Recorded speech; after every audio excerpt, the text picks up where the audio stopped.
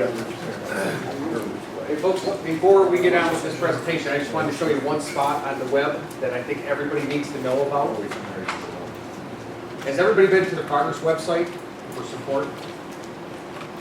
There's a spot on the Progress website for communities, and under communities, there's a spot for user groups. If you go to the MPUG Michigan user group, you can sign in, you can do different discussions here and things like that. The presentations that are shown today, that's where we'll have them. That's where we'll post them. Is here under probably documents. So this is where we're doing most of it. We're trying to get to all our communications going to be done through this portal here. We're still sending emails out and things like that right now, but we're trying to push everybody through this website here, trying to get a single spot for communication. So the presentation, I know my presentation, I'm hoping Doug will be able to get his presentation to us too and get it posted here so everybody can go to one location to get it. Again, communities under the Progress website.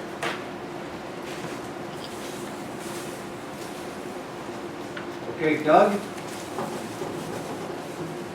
Are you there? All right, was that, I am here. Was that Ben? That is Ben.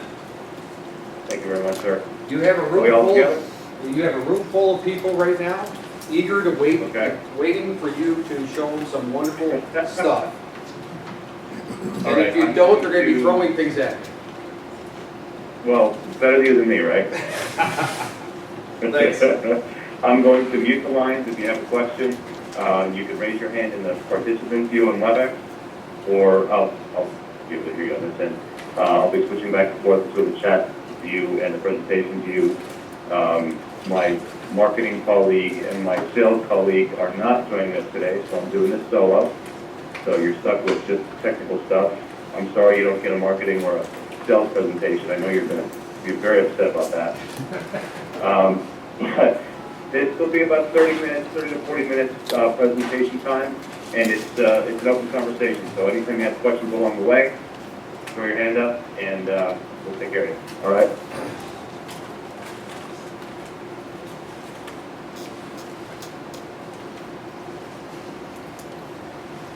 Your line has been muted.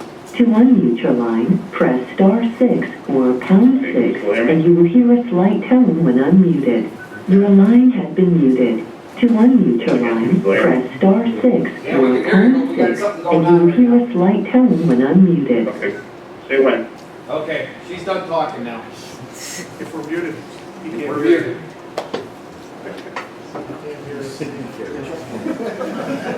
You can't hear us saying that we're okay. I can still hear you. I'm not going to mute you on this side. Okay.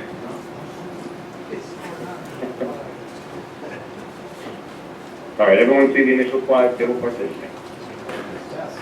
Yes. Okay. There we go. So very simply, table partitioning in your current, hopefully your current storage using type 2 storage areas, in what I'll call your traditional table storage. A single object can only be in a single place. So a table can only be stored in a single storage area. Queries can then read that area, and they may be forced to read the entire table. For a simple example, your order table is indexed by customer number, but you're performing a query that is reading it by name. So since it's out of sequence, very simple example, you're forced to read the entire table. Order record data, looking at the order date index on this example on the slide. Maintenance is more difficult because that single large table has to be acted upon as a single entity. So you have to do all of your operations at the table level. You need to dump the data that way, you need to query the data that way, you need to maintain the data, move it, whatever you need to do at a physical maintenance level must be done on a single object level within a single storage area. With partition table storage, you can divvy that up. You can take a single object and divide it into multiple partitions. Each partition then becomes its own storage area, and you can act upon that partition specifically. So a single table, which is still a single object, is now split into multiple self-contained locations. The queries only access the part of the table, so the partitions that they need. So again, order table, indexed by date. If I'm only looking at information that is older than 1/1/2013, I'm only looking in the part of the table object, the partition, that requires that to satisfy that query. So queries can be faster if their partition tables are indexed, stored, and partitioned correctly. And maintenance can be performed on a partition basis. So an index rebuild can be done on a single partition, and it can be done online. Data dumps, data changes, physical maintenance can be done to a single partition, and it can be done online. So instead of operating on a massive amount of data as a single object, I can splice it apart according to the criteria that I choose that makes sense with the way I store it and makes sense with the way I access it, makes sense with the way my application uses that data. So it benefits your performance in multiple ways, and we'll talk about that in more detail. Any questions so far on just this diagram? I think we're good.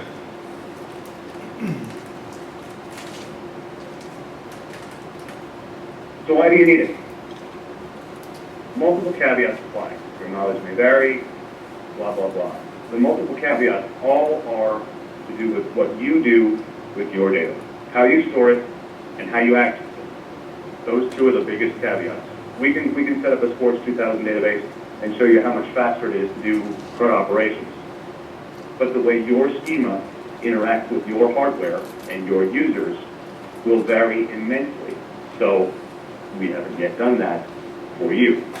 If we can, we'll show you the details. But you can see the math as we talk about this. We're improving performance because it's going to be faster taking a large amount of data and looking at it in a multi-threaded fashion. Taking a large amount of data and spreading it across your current storage media differently. Taking a large amount of data and limiting the way you access that data will make it more efficient. So we're improving data access performance. We're pruning the queries that you, without any changes to the application, by the way. Table partitioning can be implemented with 0 code changes. Your queries don't have to change. The way they're resolved will change at the index level because the engine will understand which partitions need to be queried. So we don't have to scan the same massive amounts of data. A common question that we get when discussing the mechanics of table partitioning is, well, if my indexing is already good, if it's already efficient, why do I need that? Because your indexing doesn't determine the way it's stored. It determines the way it's accessed. And we can talk about that more later on. So, for example, running a prior year orders report, if you're indexed by date, the index resolution will lessen the data that's retrieved by the query. But the physical way that data is stored may force that query to scan through a large amount of data before the index resolves the result set that you want. With partitioning, that's taken care of before the disk read ever happens. So you'll see a better opportunity for better performance with larger databases and with more users. Now, larger is obviously a relative term. Large to you might be multi-terabyte. Large to you might be multi-gigabyte. But the more data, the better efficiencies can be added because you're dividing it up into multiple pieces. The more data, the better. The more users, for the same reason, because you're multi-threading the access to this data. So why else do you need it? For database maintenance, right now, you're forced to operate on everything as a single entity, as a single object, as a single operation. And some of that operating must be done offline. With table partitioning, you can only operate on the pieces that matter to you at the time, and most of it can be done online. So database utilities, which are now partition sensitive, will go faster. So scanning, tuning, archiving. Great example for table partitioning is data archiving. You have your bill of materials, you have your orders, you have these massive tables that require long sequential scans. If you partition into, let's say, current year and a number of past years, whatever makes sense to your application, you'll get much better performance and much easier maintenance. Because You can, remember, run utilities by partition. Utilities like the progress backup. So if you only back up the partitions that are being changed, you're going to save yourself a lot of time in backup time.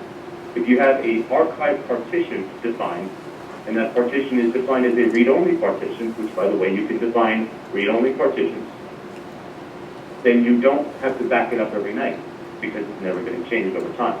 It's your choice how you do backups, obviously. And you can reduce the physical maintenance, the aspects of the database by using partitioning. Now, with maintenance, rather than query performance, your performance advantages happen with any size database. The more data you have, the less time things take when you divide it up into smaller pieces. But the more data you have, the longer things take in general. So any size database will be positively impacted by table partitions. Depends on what you are doing now and what you want to be better.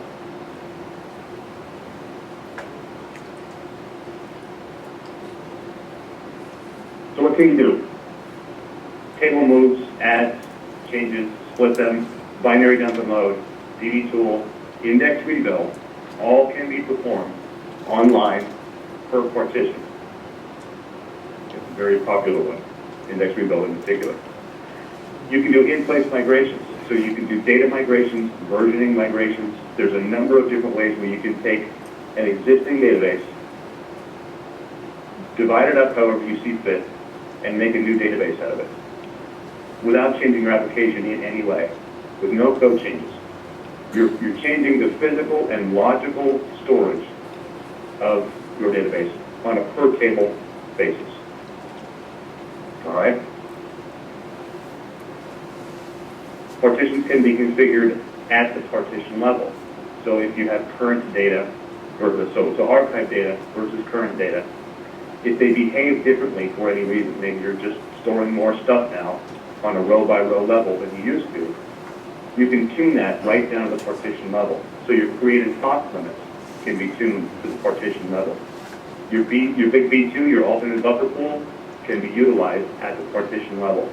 So you don't have to load your entire invoice history into your alternate buffer if the only invoices you care about on a CRUD basis, on a day-to-day processing application basis, is the current partition. And all of the analysis tools, DB Analyze and so on, are partition aware. The database is available during partition processing, which means that you are doing a database analysis, table move, a backup, an index rebuild, which is normally an offline operation.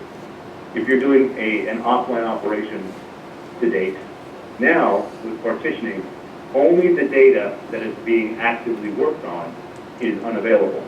The rest of the table is available to the application, to the users. So you don't have to shut your enterprise down every time you want to do some specific database maintenance, specific to a particular partition. You're also improving processing because you're allowing different things to happen at the same time. Depending on how your disks are striped, number of CPUs and so on, depending on your hardware, this is becoming a multi-threaded, what was a single-threaded process becomes a multi-threaded process. Multiple partitions means multiple pieces of the data can be looked at the same time by one or many users. Indexes get rebuilt once we're at the partition level. So that the individual partition, the one that's being operated on, is taken offline for the duration of the build. But the build itself occurs online. The rest of the database is available. The rest of the data outside the current partition is available.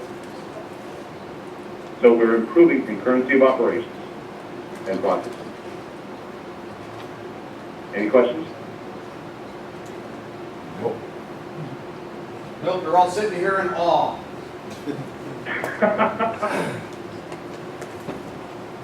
So there are three basic types of partitions. We need to go over each one of them. Very simply, the list partition. So your order table has a region field defined. And in that region field, there are known values, a finite number of known values. Simple example here is Western region, Northern, and Southern region.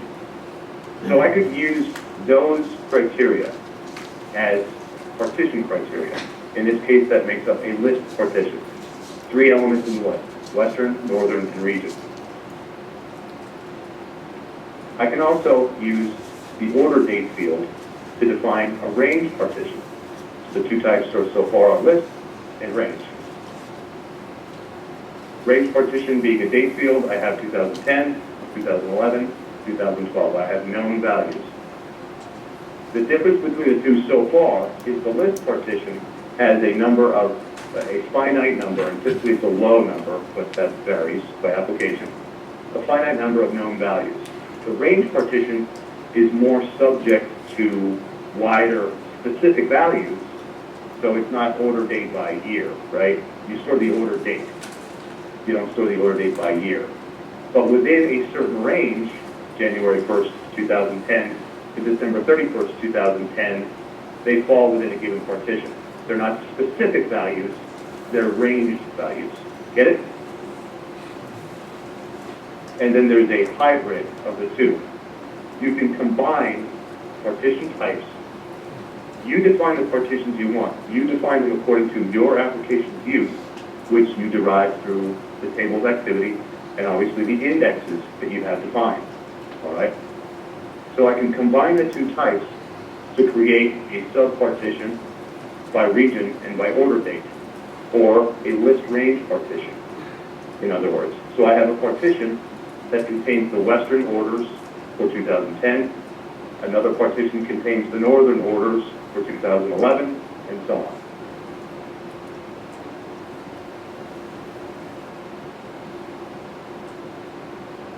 Remember, each one of these is its own storage area. So if I want to do database level operations, either data specific or maintenance stuff, PHP build and so on, moves, changing of definitions, I can do so at the partition level. So I can work on all the old history in one thread while the application is currently maintaining the current data in another. And this is another type we'll get to that. So a list partition is grouped based on a field or a group of fields. You can couple them together. So you segment, you report by region for efficiency, for example. You're looking for a specific country code. It's very useful, obviously, for reporting. If I have to only drive through a certain segment of a very large quantity of data, the query will be faster. The report will run faster. So a range partition, for example, by date, you're grouping based on a range of data.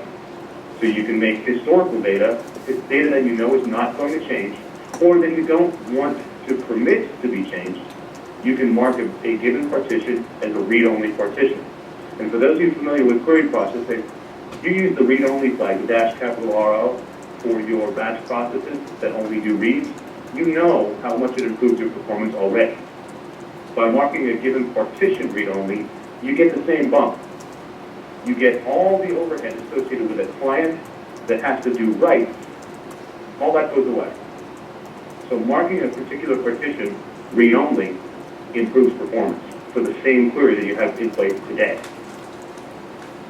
So, for example, archiving every year of the current year. Current year is a normal partition. The previous year and everyone behind it is a read-only partition. That'll improve your performance. So how is the BI handled? So go ahead. How is the BI handled with these partitions? You still have a single-threaded BI file? That's correct.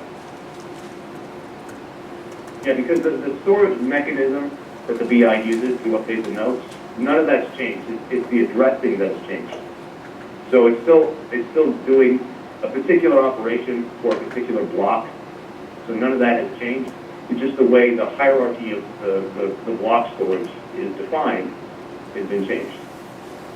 I have a question. If I make one of the partitions read-only, don't I have to go back to my code and take away put in logic to keep it from trying to update?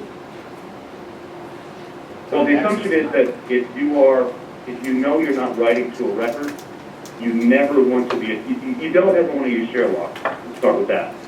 If you know you need to write to something, you want to exclusive lock it for that purpose. You can still exclusive lock a read-only piece of data. You just can't write to it. So nothing currently that succeeds with the read-only parameter on the client side, none of that needs to change. If you have stuff that you want to implement as read-only, then you may have to examine your code and make sure it's not attempting to do writes. The difference being, if you are doing processing for, in the previous example, was current period versus history, and you know history shouldn't change, your code should accommodate that anyway. Okay. I just had a question to be a little technical here. So if I'm in a read-only mode and I do an exclusive lock that opens up a transaction, and I go to town on this transaction, which is opening up the BI file to make the BI file grow, that sounds like a disaster waiting to happen. Obtaining an exclusive lock does not begin a transaction. Obtaining an exclusive lock only creates the lock mechanism, the lock entry, lock table entry itself. The record is then marked as locked. The transaction doesn't begin until the write is intended. So that when the first write begins to proceed, as you scan down the code, that's when the transaction actually begins. The record may be scoped to a particular block for the purposes of doing the write, but the scoping is only when you don't explicitly perform the write, like when you do a sign statement. So progress doesn't force you to, progress doesn't assume that you're going to write to a record just because you've exclusive locked it. It only creates the lock condition, all right? So there's no interaction with the BI just because you have a lock on the record. The only interaction with the BI ever only happens when the record is going to be changed. The before image of the row is brought into the BI file. The sub-transaction notes, which are very, very granular and they're almost to machine level. Sub-transaction notes, note for note, are sequentially written into the BI file. And the end transaction note, whenever that occurs, closes the transaction. But none of those things change with partitioning. They don't need to. And what about with list partitions? Say a field is north and south, and they decide to combine it to say just all the south is going to be north. Is that going to be a huge physical move of data from one partition into the other? Could you repeat that, please? You got two partitions, north and south. The business decides that they want to combine that to just north. So they go and change all the fields that's in the south partition to north. Would that cause a massive data change, a physical data change into the north partition, right? Okay, so the question is, if your partition criteria itself, can you guys hear me? Sorry, my phone is... Yes, we can still hear Can you. you guys hear me okay? Yeah. So the question is, if you change partition criteria, what happens? In that case, yes, you are moving data from one physical location to another physical location, which is effectively a delete and a create operation. Well, a read, a delete, a create, the whole CRUD operation is there. And that is very intensive on both disk and CPIO. So if you do that, yes, it's going to be costly. The idea is you probably don't want to do that, and that all has to do with the design of your partitions, and that is based upon the design of your indexes. Now, if your business changes its mind and says, let's move everything from A to B, you're stuck with that. But if you design your partitions, I won't say properly, carefully, that condition will probably not happen. Now, there's a very good presentation which is available on the Progress website. It should be under communities right now, but I know that it's tied in with the Progress Exchange that was last week. Tom Baskin talks about the why, how you figure out what you want to partition and how you do it, the best practices of coming up with partitioning. So you usually, not always, but usually want to build your partition conditions so that it is static data. For example, order date. The order date doesn't change. Just because the order gets changed, the order date only happened one time. So that should be a static data condition. That's a good candidate for partitioning. Whereas the last time a record was looked at date is a terrible idea for a partition because it's constantly getting updated every time there's a read. And you don't want that. It's very expensive at the disk level. So if you have a very compelling reason for building a partition for data that is not static, then that's what you have to do. But it has to be a very compelling reason. The whole idea here is that you place it somewhere that makes sense to make your queries better, to make your maintenance easier, and you leave it there. Now, you can change them on the fly. You can say current partition is 2014, old partition is everything before 2014, and later on you can come back and say, well, let's pull out 2012, let's pull out 2010. You can change these as you go. It can be an iterative process. And actually, I kind of recommend that you do it that way. You don't have to operate on an entire table all at one time. When you define it as a partitioned table, it's all still in one place. You define the partitions you want and the pieces that you want to move one at a time. All right, does that answer your question? Yep. So a subpartition is, or in this example, by region, by date. You're grouping it based on the combination of the above choices. And again, that combination, that grouping should make sense to the way your data is stored, to the way your application interacts with that data. So look at your index utilization. Look at your VSTs that show how busy a table is. The busiest tables, the biggest tables, they tend to be the same ones, and the busiest, the best utilization of indexing will be your better candidates for partition criteria. So for example, running a report for Canada only, for fiscal year 2012 only, that's something that is very heavy, something like that is very heavy I/O for your normal operation. Partitioning should improve that. And meanwhile, all the other users accessing all the rest of the data will get a performance bump because they're not forced to share any threads. And finally, on the bottom, the composite partition. The composite partition is considered the default, the temporary. It is not a default partition in that if you insert data outside the range of the partition criteria that you define, for example, I throw an order in for 2016, and I don't have a partition defined for 2016. There is no otherwise bucket. There is no default. When I define a table as being partitioned, whether or not I've given a criteria just yet, it's considered to reside, the data is considered to reside in the composite partition. It's the partition for migration. The data will be migrated from its current location, all lumped together, to whatever partition you've defined. And that can happen over time. So it's a migration only, composite is a migration only partition. It's considered to be temporary, all right? Again, there is no otherwise bucket. There is no, if you insert a data condition that is outside your partition, the insert will fail. With a specific method saying, there's no partition defined for 2015, for example. All right? So when you're designing your partitioning, you may have to think ahead to data conditions that may someday fall outside.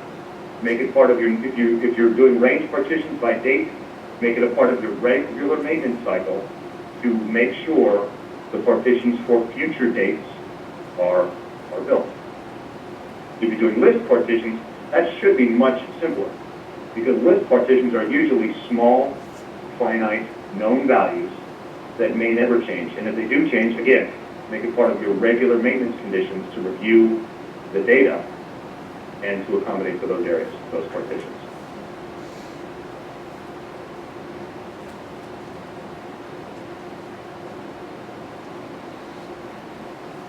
So data is stored in separate areas based on partition definitions. And we say usually but not required. When you partition data, again, it stays in a composite partition for a while. Each separate partition you define is its own storage area. So it's subject to all the storage area rules that you currently enjoy. Rows per block, creating cost limits. You get to tune all that by partition, which again can make your data storage more efficient, and certainly the retrieval. Local index support means one B tree per partition. So you get one index component, not component as far as line item, but one index lookup, one index thread per partition, one B tree, which makes things much faster. I mean, if you think of it in terms of binary, you have a lot of data, you're dividing it up into smaller pieces. Each one of those pieces gets its own lookup, its own B tree. So it's got to be faster, right? There's also built-in global index support. So there is one master index for the entire object. There is one master B tree containing all of that table's data. So worst case, the way your indexing currently works is exactly the same. If you partition your data and the query that you send is unable to do any pruning because of the way things are stored, because of the nature of the query, you still have that master index. You still get the same resolution. You still get the same results. So this is an increase in disk space, is that correct? It's likely to increase disk space because typically when you define more areas, you have more empty space. However, you can tune those knobs a little bit based upon the way you do storage. Sure. The block level stuff, none of that changes. The block level is still database specific. But the row level stuff can be fine-tuned. So if you haven't done so, you can do that per partition. It is very likely to be an increase in disk space because, again, you're defining multiple things for what is now one thing. And because you have multiple areas, you probably have more empty space. So it's probably an increase in disk space. Well, and if I Not certainly, probably. if I have a binary tree that takes, 60 gigabytes and I break it up into 6 different partitions, I'm going to have 120 gigabytes now, is that correct? You're going to have more index information because you have multiple, you have the global index, which you currently have, plus the individual B tree information per partition. Okay. So there will be more index data, but index data is very compact when compared to row data, so that the addition should not be significant unless you have thousands of partitions defined for a given table, which you can do. Okay. But yes, the answer is yes, you will increase your data footprint both by likelihood of empty space and additional index storage space. But again, you can store tens of thousands of index keys in a single block right now. We're just taking that same information and dividing it out, plus the original existing B tree. Is it possible for a record to fall into more than one partition? How does that work? If there's ambiguity? No, it's not. In the same way that right now you can't have a single object in multiple storage areas, you can only satisfy a single set of partition criteria at a time. But remember, this is physical storage. So conceptually, you can have multiple index conditions looking for the same row in different ways if you have, 2, 3, 4, 5, 6 index components. But the record itself, it will only be in one place. It can still be fragmented, but it'll be fragmented within the same partition.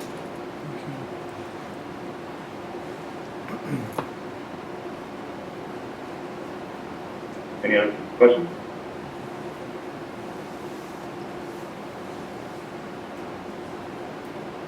So, why might this go wrong? You're partitioning for the wrong reason. There's lots of wrong reasons, usually having to do with massive lists. If your data requires a large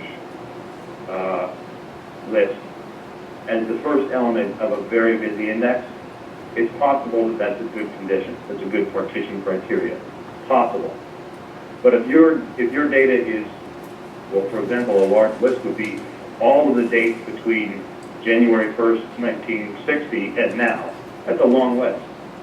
And if you partition based on that list, every day gets its own. I'm not going to put a range partition, but I'm going to list partition. If you list partition based on every day since then, it's going to be a lot of partitions. Lots of partitions means more open file descriptors, Yeah, you're spreading your data pretty wide, but I'm not sure how much efficiency you're building in based on that criteria. So be very careful how you examine, and again, I recommend Tom Bascom's how-to best practices. There's a white paper linked in at the end of this presentation, so we'll come back to that. But there are bad reasons to determine partitioning.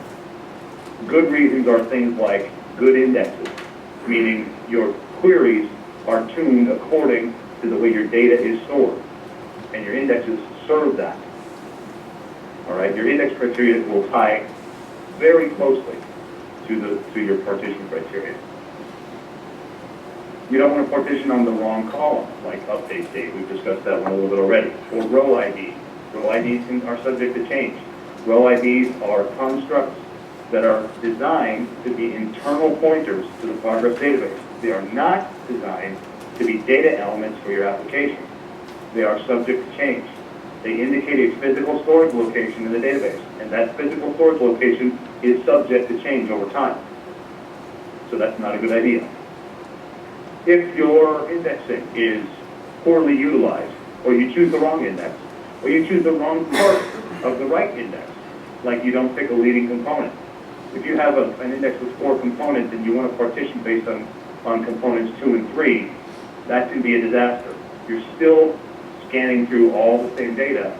You're just doing it in multiple partitions now. It won't be faster because you have to do all those extra reads. You want to use leading components. And obviously things like corruption can hurt the process. As you move from the default partition to the partitions you've defined, it's a row level read. And if you do a for each and you have physical corruption in a block somewhere, it's going to die on you. And there's tons of ways of examining for that. Doing a database analysis, doing a progress backup. Worst case, you do a 4GL scan, a 4GL read, ABL, sorry. Showing my age. And do you really need to repartition? Is this data something that is logically segmented by the application? Is this data that needs to be physically segmented for efficiency's sake for the application? So if you have a large database, and again, large is relative, larger is better, you get a better bump from more data. You want to get better performance, of course you do, from larger specific queries, of course you do. Do you have type 2 storage areas? I hope the answer is yes. Type 2 is a requirement for table partitioning. If you're using type 1, type 2 has a number of efficiencies built in. I can't recommend it strongly enough. There's no reason in a modern version of Progress to use type 1.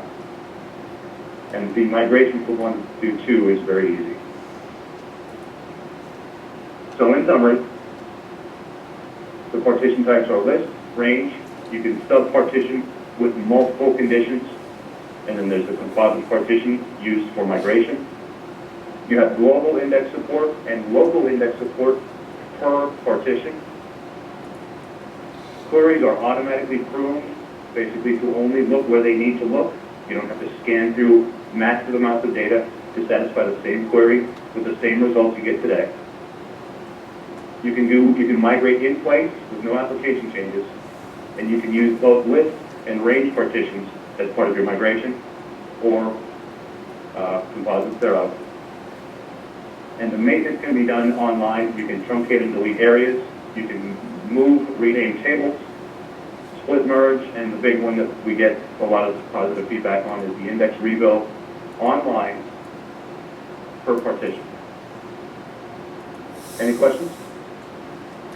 In the report from the data dictionary, does it identify fields that are used in partitioning?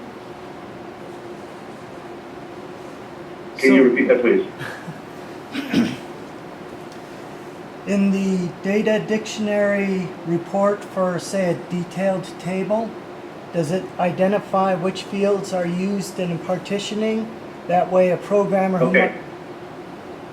Yeah. A programmer does not ever need to be aware of partition location, only criteria, and they should already know that because it's going to be based upon your indexing.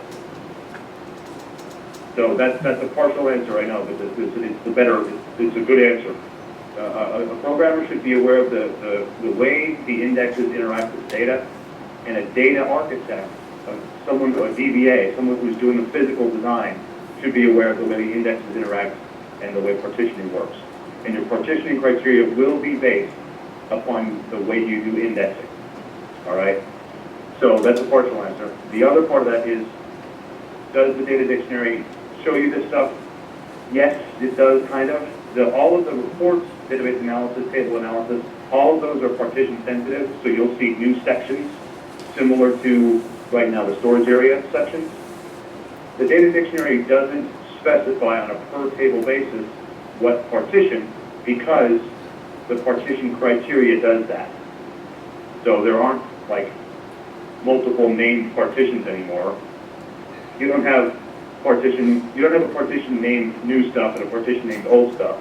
You have an area for, let's say, your order table, and that area has a name. Let's say the area name is order table area, and that area has multiple partitions defined by some criteria. The criteria is in the data dictionary, and you can change it. Once you place a partition, it's not stuck that way forever. You can change it over time. So that's the other part of the answer is yes, in the dictionary. It's just not in an inline table-by-table report because it doesn't need to be. Okay? Yeah, there's other tools that the DBA has, like Open Edge Management and Open Edge Explorer, that would actually list out more of that information, as well as the tab analysis and the area listings, right? Correct. And the table analysis, the database analysis, all of that is partition sensitive. So you'll see header lines per partition that show you that partition's content. And Open Edge Management is also, as of 11.4, is partition sensitive. So you can do some maintenance operations directly from Open Edge Management on a particular partition. So if you really feel you need it, you can get it. Yeah, okay. Most of the time, developers say it's like a 500 table database. A lot of them So just look if at you're the looking for more data information, dictionary obviously, and go from there. call me, Not- then you can give you my And contact that's all they information. really need to know. okay. There's a number of good white papers. There's a number of examples of actual usage. There's at least 2 case studies. I've seen a few more trickling in. I'm not sure if they're published yet, but they're going to be soon. There's a couple of good webinars and presentations. Excellent white paper on choosing the right table for table partitioning from Rich Vanville. We just did a workshop at Progress Exchange, so that should be, some of the materials for that should be available shortly. There was also a presentation on effectively choosing the right table, but it was a little bit more in depth by Rich Vanville at Exchange. That should be on the community site. If it's not already, it should be any minute now. So check this stuff out. There's the case studies in particular might give you some insight on, the hows and the whys. And there's a lot of good information on communities. If you have any questions, send them my way. I'll be happy to help. Nice job. Thank you very much. Thank you. Good job, Doug. And now we all want to upgrade. Thank you. Well, there's that. there is that available, that option. Okay, I do have a question. Rec IDs, are those by partition now? Correct. So you're going Because it relates to a physical storage object, there is the mathematical possibility that you have a duplicate rec ID for the same table, but actually that doesn't happen. We've made sure that doesn't happen. So because we're talking a separate storage area per partition, you could have, let's say, rec ID number 1, partition number 1, and rec ID number 1, partition number 2. Theoretically, that's possible, but we're too smart for that. That doesn't actually happen. There's a master rec ID, just like there's a master index, there's a master rec ID list, and they're kept distinct. So rec IDs, when you partition data, will change. Well, that's going to blow up one of your products that you guys just purchased. Well, kind of. There's a cross-reference built into that, so we're okay. The breakpoint product, Proto, Oracle, or Proto, SQL, uses rec ID. Yeah, it's not gonna blow it up because the Pro 2 software actually reads the rec ID at the time of the target write, so it's a temporary object. So we don't care what, as long as you don't partition while you're replicating, which would be possible, I guess. But it's not a permanent data object in the Pro 2 software. Oh, yes, it is. It's read, No, it's there's a cross-reference built for the before and the after. So as soon as it gets written, it's written with the after and it's disposed of. And if it needs to be rewritten, we reread it and we get the new value. So we're okay. No, you're not. You're not. If we do a dump and load, we're screwed. We have to reset all our Proto Oracle stuff. Oh, okay, that's correct. Because it changes We're our talking rec about ID. Yeah, we're talking about two different things. That is correct. Once your rec You IDs do a get dump- changed, but you're SOL. that's always been the case. That's always been the case, that has nothing to do with partitioning. So If in you do a dump and partitioning, load, if you do anything that changes the row ID, your replicated objects need to be refreshed. That's always been the case with Pro 2. so, right, so now if you have two rec IDs that are the same, for the same table, they're gonna go to the same spot on the Pro 2. Are you But still, that doesn't actually happen. Are you I was still just saying dumping that load? mathematically it's possible, but that doesn't actually happen. You never have the row IDs that are the same. Okay, I think we had another question. I thought I seen somebody put a hand up. I was going to ask, will table partition change the day of applied process? I didn't catch that last When one. you're applying the dictionary change, is that going to change anything? Applying a dictionary change, that'll be partition, right? I believe, I haven't actually done this one in person yet, but I've read it. I believe that dictionary changes can be applied at a partition level. I believe they can. However, the schema lock needs to satisfy the whole table at some point. So, yeah, okay, thank you, I remember. So, the new data, so to speak, the changed data is inaccessible to the current user pool, which means in order to use the new schema, you have to log out and log back in. However, the data itself is online. The changes themselves can be done online. So if you have, if you implement a change per partition and a user logs in to utilize that change, they're good to go. As long as the partition is available, they're good to go. The other users who haven't seen the new schema yet need to disconnect and reconnect. But it's still performed online. It's not a single user experience. Kind of like the data changes are in 10. Okay. Anything else? Doug, thank you for your time on short notice. Appreciate it. Oh, no worries. Thank you very much for having me. We'll probably be hearing you tomorrow. All right, very good. Thanks, Take care. sir. Have a good one. You too. Bye-bye. Let's take a, The reader has disconnected. The conference will be terminated in 5 minutes. I thought we were gonna talk about something.